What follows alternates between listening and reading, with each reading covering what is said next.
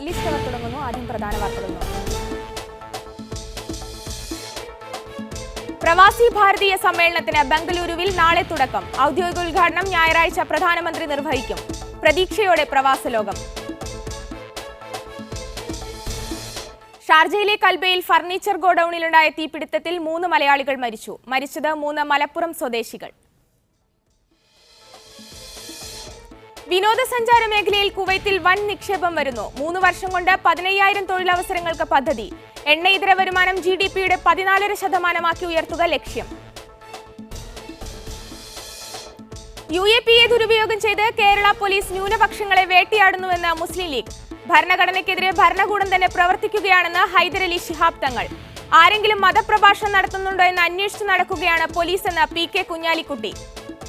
വിശദമായ വാർത്തകളിലേക്ക്. 14ാമത് പ്രവാസി ഭാരതീയ ദിവസ് സമ്മേളനത്തിന് ബംഗളൂരു നഗരം ഒരുങ്ങി. നാളെ രാവിലെ 10-ന് സമ്മേളനത്തിന് അനൗപചാരിക തുടക്കമാകും. ഒരു വർഷത്തെ ഇടവേള പിന്നിട്ടാണ് പ്രവാസി ഭാരതീയ ദിവസ് സമ്മേളനം നടക്കുന്നത്.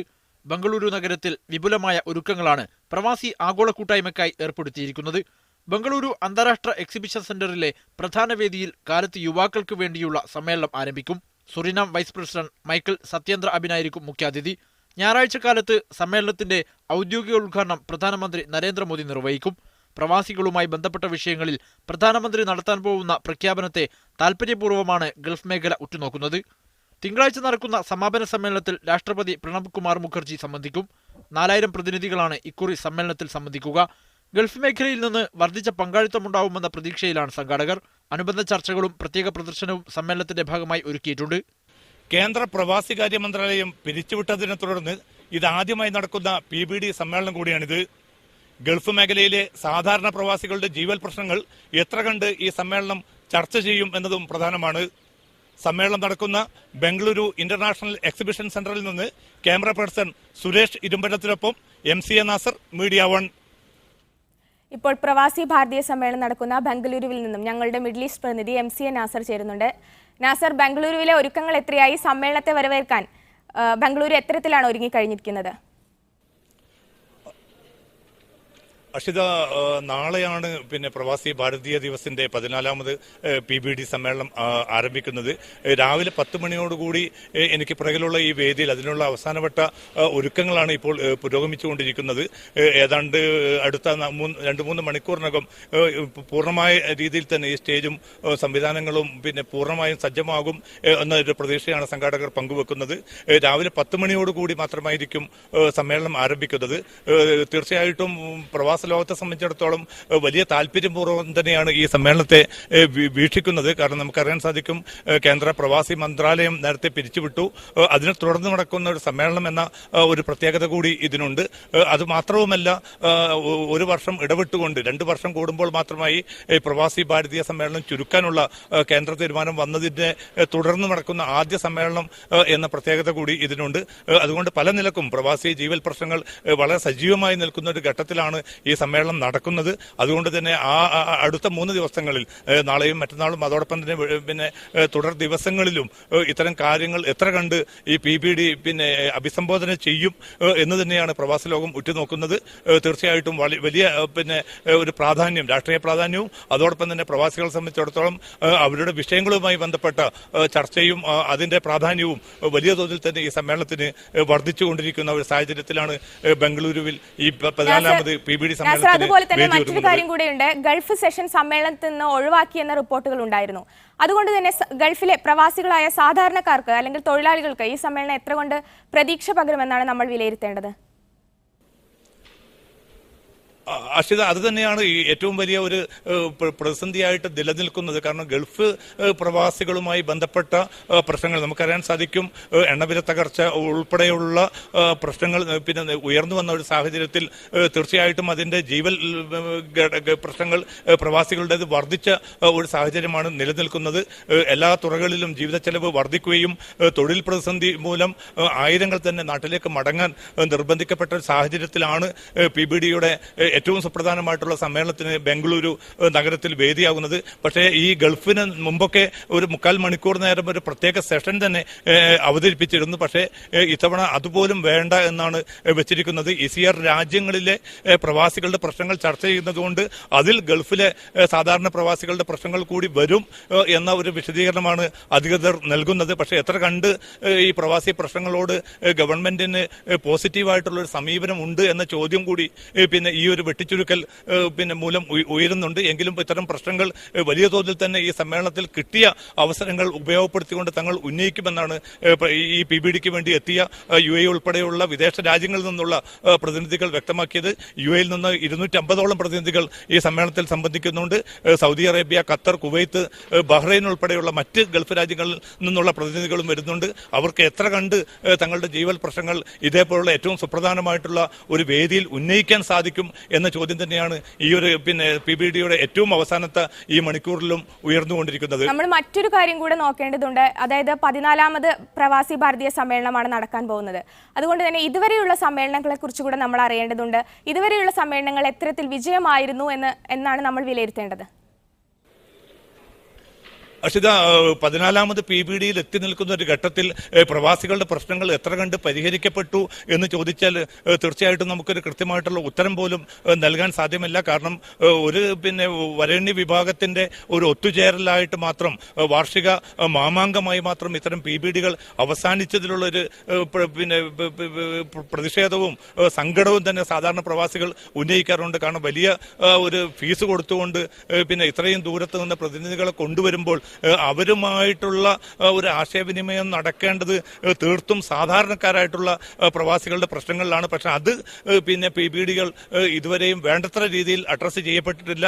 ചില ചെറുതല്ലാത്ത പ്രഖ്യാപനങ്ങൾ വന്നിരുന്നു. നമുക്കറിയാൻ സാധിക്കും, നേരത്തെ NRIകൾക്ക് വേണ്ടി പ്രത്യേക സർവകലാശാല നേരത്തെ മുൻ UPA ഗവൺമെന്റ് പ്രഖ്യാപിച്ചിരുന്നു. പക്ഷെ അതുപോലും അതിന്റെ നടപടികൾ പോലും ഇനി മുന്നോട്ട് കൊണ്ടുപോകേണ്ടതില്ല എന്നൊരു തീരുമാനത്തിൽ എത്തി നിൽക്കുന്ന ഘട്ടത്തിൽ പ്രവാസി പ്രശ്നങ്ങളിൽ എത്ര കണ്ട് ഇത്തരം PBDകൾ വിജയിക്കുന്നു എന്ന ചോദ്യം സ്വാഭാവികമായിട്ടും ഈ 14ാമത് PBDയിൽ എത്തുന്ന ഘട്ടത്തിലും ഉയരുന്നുണ്ട്.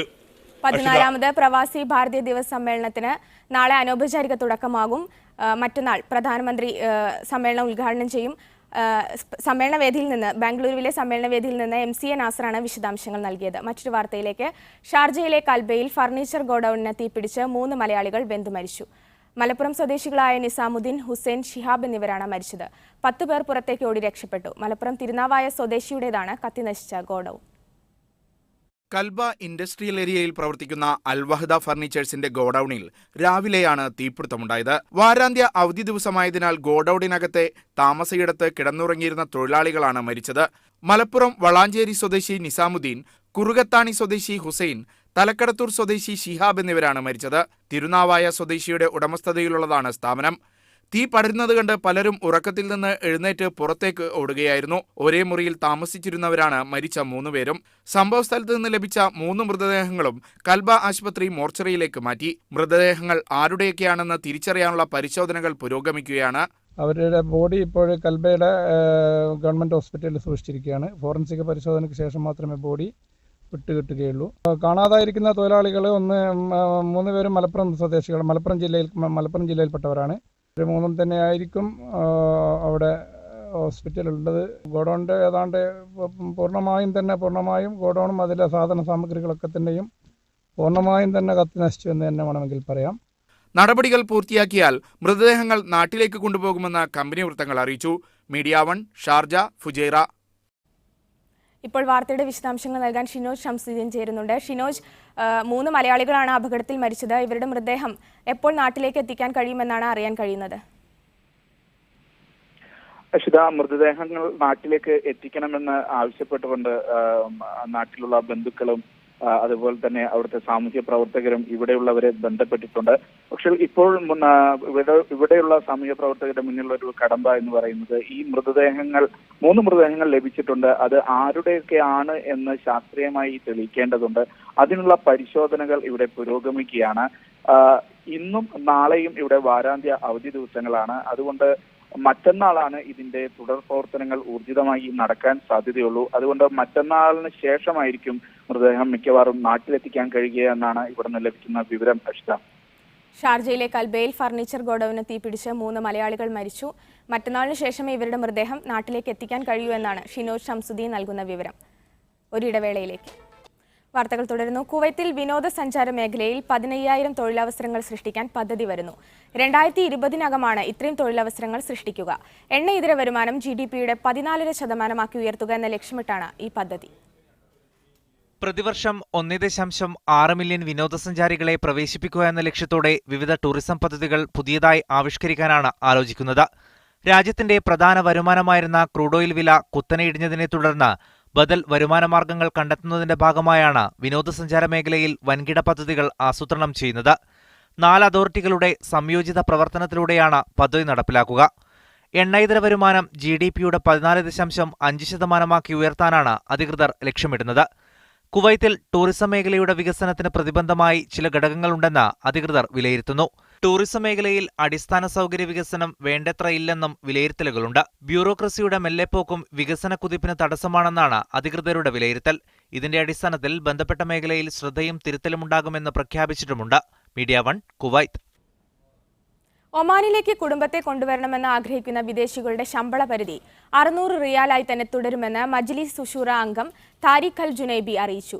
ശമ്പള പരിധി താഴ്ത്തി കൂടുതൽ വിദേശികൾക്ക് കുടുംബങ്ങളെ ഒമാനിലേക്ക് കൊണ്ടുവരാൻ അവസരമൊരുക്കുന്നത് സംബന്ധിച്ച ഷൂറയുടെ ചോദ്യത്തിന് കുടുംബ വിസ നിയമത്തിൽ എന്തെങ്കിലും മാറ്റം വരുത്തുമെന്ന് നിലവിലെ സാഹചര്യത്തിൽ സാധ്യമല്ലെന്ന മറുപടിയാണ് ROP നൽകിയതെന്നാണ് കൗൺസിൽ ഓഫീസ് അംഗം കൂടിയായ അൽ ജുനൈബി അറിയിച്ചത്. എന്തിനാണ് ശമ്പളപരിധി നിശ്ചയിച്ചിരിക്കുന്നതെന്നും ഇത് സംബന്ധിച്ച പുനരാലോചന നടത്തണമെന്നുമാണ് ഷൂറ കൗൺസിൽ ROPയോട് ആവശ്യപ്പെട്ടത്. ഇതുവഴി കൂടുതൽ പേർ കുടുംബങ്ങളെ ഒമാനിലേക്ക് കൊണ്ടുവരും. കുടുംബമായി താമസിക്കുന്നവർ കൂടുതൽ തുക രാജ്യത്ത് ചെലവഴിക്കുമെന്നുമായിരുന്നു ഷൂറയുടെ നിരീക്ഷണം. ഒടുവിലത്തെ കണക്കുകൾ പ്രകാരം 17 ലക്ഷത്തിലധികം വിദേശികളാണ് ഒമാനിലുള്ളത്. 2016 ആദ്യ പകുതിയിൽ മാത്രം 213 കോടി റിയാലാണ് വിദേശികൾ മാതൃരാജ്യങ്ങളിലേക്ക് അയച്ചത്. കുടുംബങ്ങളുടെ കുറവ് ചെറുകിട വ്യാപാര സ്ഥാപനങ്ങളെ ബാധിക്കുന്നുണ്ട്. പലയിടത്തും ഫ്ളാറ്റുകൾ ഒഴിഞ്ഞുകിടക്കുകയാണ്. താമസക്കാർ എത്താത്തതിനെ തുടർന്ന് വാടക കുറയ്ക്കാൻ കെട്ടിട ഉടമകൾ നിർബന്ധിതരായി. Media 1 Muscat. കുവൈത്തിന് ഫിഫ ഏർപ്പെടുത്തിയ നിരോധനം താൽക്കാലികമായി പിൻവലിക്കണമെന്ന് കായിക യുവജന കാര്യങ്ങൾക്കുള്ള പാർലമെന്ററി സമിതി ആവശ്യപ്പെട്ടു. വിലക്ക് തുടർന്നാൽ വരുന്ന ഏഷ്യൻ കപ്പ് കുവൈത്തിന് നഷ്ടമാകും. കുവൈത്തിലെ കായിക മേഖലയിൽ സർക്കാർ ഇടപെടൽ ആരോപിച്ച് രാജ്യാന്തര ഒളിമ്പിക് കമ്മിറ്റിയും ഫിഫയും ഉൾപ്പെടെയുള്ള വിവിധ സംഘടനകൾ 2015 ഏർപ്പെടുത്തിയ വിലക്ക് തുടരുന്ന സാഹചര്യത്തിലാണ് പാർലമെന്ററി സമിതിയുടെ അഭ്യർത്ഥന. കായിക നിയമങ്ങളിൽ ആവശ്യമായ ഭേദഗതിക്കായി ശ്രമമുണ്ടെന്നും അതുവരെയും വിലക്ക് താൽക്കാലികമായി മരവിപ്പിക്കണമെന്നുമാണ് പാർലമെന്ററി സമിതിയുടെ ആവശ്യമെന്ന് ചെയർമാൻ സാദുൽ അൽ ഹമദ് MP അറിയിച്ചു. വിലക്ക് താൽക്കാലികമായി പിൻവലിക്കണമെന്ന് നേരത്തെ രാജ്യാന്തര ഒളിമ്പിക് കമ്മിറ്റിയോട് കുവൈറ്റ് സർക്കാർ ആവശ്യപ്പെട്ടിരുന്നുവെങ്കിലും നിരാകരിക്കപ്പെടുകയായിരുന്നു. പുതുതായി കൊണ്ടുവരുന്ന കായിക ബില്ലിന്റെ കോപ്പിയും നിരവധി MPമാരുടെ ഭേദഗതികളും പാർലമെന്ററി സമിതിക്ക് ലഭിച്ചിട്ടുണ്ടെന്നും അതിന്മേൽ ചർച്ച പൂർത്തിയാക്കി താമസിയാതെ പാർലമെന്റിന്റെ അനുമതി നേടാനാകുമെന്നും പ്രതീക്ഷിക്കുന്നതായി ചെയർമാൻ പറഞ്ഞു. കായിക മന്ത്രിയുടെ സാന്നിധ്യത്തിൽ വിശദമായ ചർച്ചയ്ക്കായി 9-ന് സമിതി വീണ്ടും ചേരാൻ തീരുമാനിച്ചിട്ടുണ്ടെന്നും അദ്ദേഹം അറിയിച്ചു. Media 1 Kuwait City. കുവൈത്തിലെ ഷുവൈക്ക് പോർട്ടിൽ കസ്റ്റംസ് പരിശോധന ശക്തമാക്കി. കണ്ടെയ്നറുകൾ വഴി മദ്യം കടത്തിയത് പിടികൂടിയ സാഹചര്യത്തിലാണ് പരിശോധന ശക്തമാക്കിയത്. കസ്റ്റംസ് വകുപ്പ് acting director general Adnan Al ഖുദൈബിയാണ് ഇക്കാര്യം അറിയിച്ചത്. തുറമുഖം വഴി രാജ്യത്തിനകത്തേക്കും പുറത്തേക്കുമുള്ള ഓരോ കണ്ടെയ്നറും സൂക്ഷ്മമായി പരിശോധിക്കാനാണ് നിർദ്ദേശം നൽകിയിട്ടുള്ളത്. പരിശോധനാ നടപടികൾക്ക് വിധേയമാകാതെ കണ്ടെയ്നർ പുറത്തുപോകുന്നത് തടയാൻ ലോഹകവചം സ്ഥാപിച്ചു. പിഴവുകളില്ലാത്ത ഏകോപനത്തിന് വിവിധ വകുപ്പുകൾ സഹകരിക്കണമെന്നും അദ്ദേഹം ആവശ്യപ്പെട്ടു. നിയമലംഘകർക്കെതിരെ കർശന നടപടിയെടുക്കണമെന്നും കള്ളക്കടത്ത് വസ്തുക്കൾ രാജ്യത്തിനകത്തെത്തുന്നില്ലെന്ന് ഉറപ്പാക്കാൻ ജാഗ്രത പുലർത്തണമെന്നും അദ്ദേഹം ഉദ്യോഗസ്ഥരോട് ആവശ്യപ്പെട്ടു. ഡിസംബർ 14-ന് ഷുവൈക്ക് തുറമുഖത്ത് മദ്യവുമായി എത്തിയ കണ്ടെയ്നറുകൾ പരിശോധിക്കപ്പെടാതെ പുറത്തുപോയ സംഭവത്തിൽ കസ്റ്റംസ് തലവനെ ജോലിയിൽ നിന്ന് പിരിച്ചുവിടാൻ മന്ത്രി നിർദ്ദേശിച്ചിരുന്നു. കണ്ടെയ്നർ ഉടമയെ പിടികൂടണമെന്ന് സാമൂഹിക മാധ്യമങ്ങളിലും പാർലമെന്റിലും മുറവിളി ഉയർന്നതിനെ തുടർന്ന് നടത്തിയ പ്രത്യേക അന്വേഷണത്തിനൊടുവിൽ അങ്കറയിൽ നിന്നാണ് ഇവ പിടികൂടിയത്. സംഭവത്തിലെ 5 പ്രതികളും മലയാളികളാണ്. ഇവരിൽ 2 പേർ പോലീസ് കസ്റ്റഡിയിലാണ്. 2 പേർ നാട്ടിലേക്ക് രക്ഷപ്പെട്ടു. UAE-യിലുള്ള മറ്റൊരാളെ പിടികൂടാൻ നടപടികൾ സ്വീകരിച്ചു വരികയാണ്. Media 1 Kuwait. കുവൈത്തിൽ വിദേശികൾക്കുള്ള ആരോഗ്യ സേവനങ്ങളുടെ പുതിയ നിരക്ക് പുറത്തുവിട്ടു. ഫെബ്രുവരി 15 മുതലാണ് ഫീസ് വർധന പ്രാബല്യത്തിൽ വരുന്നത്. കരളിലെ അർബുദത്തിനുള്ള ചികിത്സാ ചെലവ് 100 ദിനാറിൽ നിന്ന് 500 ദിനാറായാണ് വർദ്ധിപ്പിക്കുന്നത്. സന്ദർശകർക്ക് 5000 ദിനാർ നൽകണം. അസ്ഥിയിലെ അർബുദത്തിനുള്ള ചികിത്സയ്ക്ക് രാജ്യനിവാസികൾക്ക് 50 ദിനാറും സന്ദർശകർക്ക് 500 ദിനാറും ഈടാക്കും. തൈറോയിഡ് ചികിത്സയ്ക്ക് 15 ദിനാറുള്ളത് 40 ഉയർത്തി.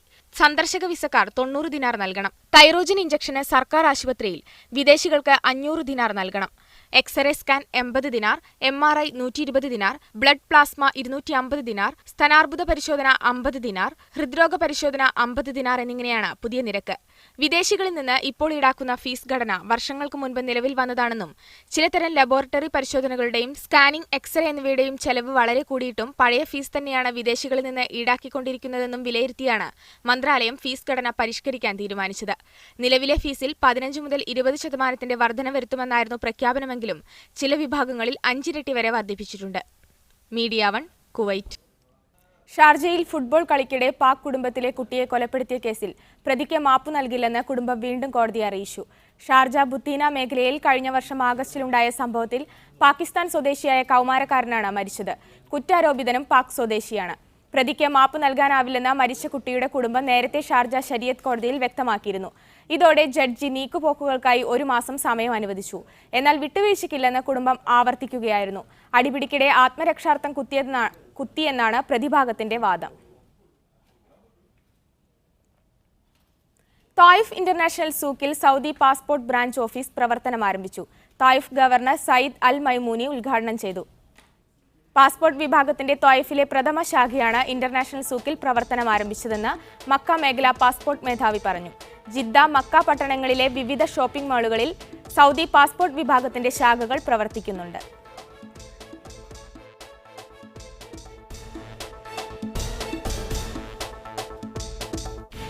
ട്രാഫിക് അപകടങ്ങൾ രേഖപ്പെടുത്തുന്ന പ്രത്യേക ഇലക്ട്രോണിക് സംവിധാനമായ ബാഷിർ 3 അപകട സുരക്ഷാ നടപടികൾ വേഗത്തിലാക്കാൻ സഹായിച്ചതായി ജിദ്ദ ട്രാഫിക് മേധാവി ജനറൽ സുലൈമാൻ അൽ സക്രി പറഞ്ഞു.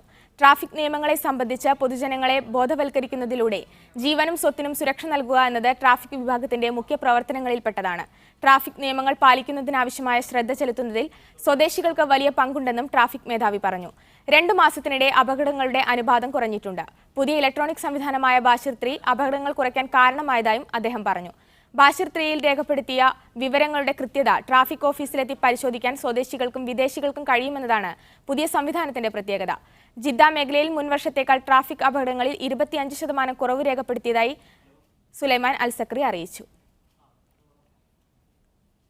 Malappuram Kondotty EMEA higher secondary സ്കൂളിലെ പൂർവ്വ വിദ്യാർത്ഥികൾ ജിദ്ദയിൽ ഒത്തുകൂടി. ഷറഫിയ ഹിൽ ടോപ്പ് ഓഡിറ്റോറിയത്തിൽ നടന്ന സംഗമത്തിൽ ബഷീർ തൊട്ടിയൻ, കബാർ നീറാഡ് തുടങ്ങിയവർ സംസാരിച്ചു. സൗദി അറേബ്യയുടെ വിവിധ പ്രദേശങ്ങളിൽ നിന്നുള്ളവർ സംഗമത്തിൽ പങ്കെടുത്തു.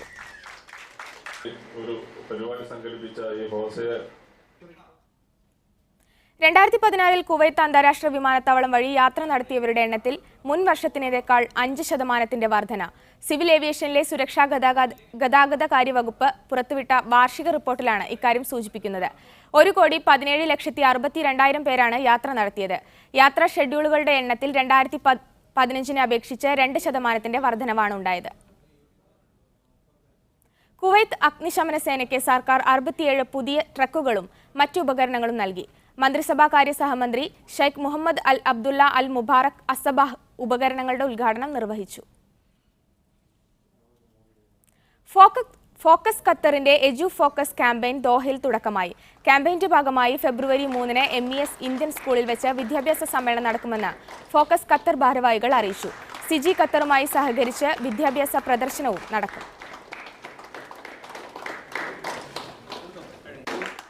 ഇതോടെ ഇന്നത്തെ മിഡിൽ ഈസ്റ്റ് അവർ അവസാനിക്കുകയാണ്. കൂടുതൽ വാർത്തകൾക്കും ദൃശ്യങ്ങൾക്കും ഞങ്ങളുടെ വെബ്സൈറ്റ് സന്ദർശിക്കുക. ഇനി സ്പെഷ്യൽ എഡിഷന്റെ പുനഃസംപ്രേഷണം കാണാം. നമസ്കാരം.